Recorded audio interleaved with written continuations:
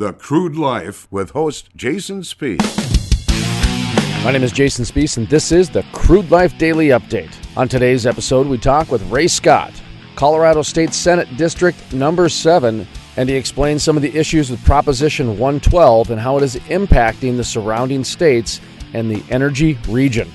In just a moment, part of our exclusive interview with Ray Scott, Colorado State Senate District Number 7, about the changes happening to the region with Colorado's Proposition 112. There's so many different spin-offs when we talk about these things that your point right now is just about the fact we're going to lose a lot of institutional knowledge, if you will, as these folks start to retire.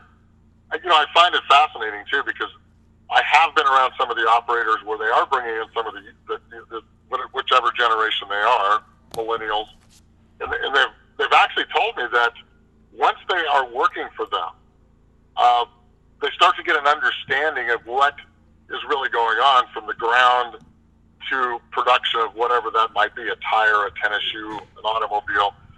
And they see some changes in their attitude. Of course, they think about those things differently.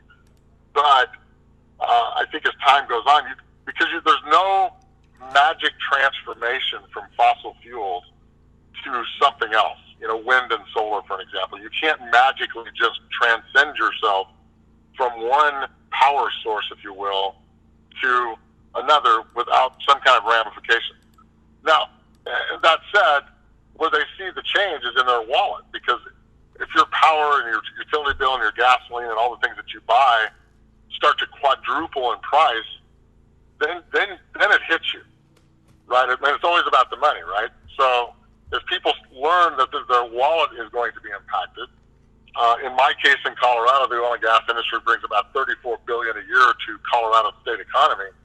That's a massive number. It employs 250,000 people in our state.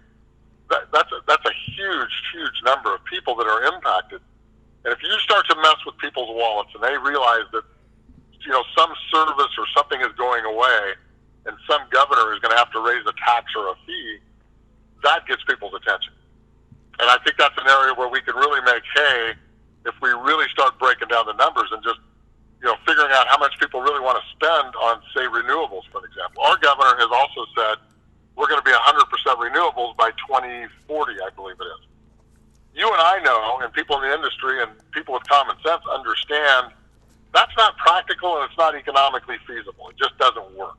To listen to the full-length interview with Colorado State Senate District Number 7's Ray Scott, or to listen to other exclusive interviews, visit thecrudelife.com. That's thecrudelife.com. We invite you to be part of our social media group. Our energy enthusiasts reach over 350,000 social media followers. Go to thecrudelife.com, click on the social media tab, and check out our network from the Facebook to the YouTubes, all the way to the Twitters. We have them all at thecrudelife.com. Click on the social media tab and check out our network. From the staff at the Crude Life Daily Update, my name is Jason Spees, asking you to keep calm and frack on.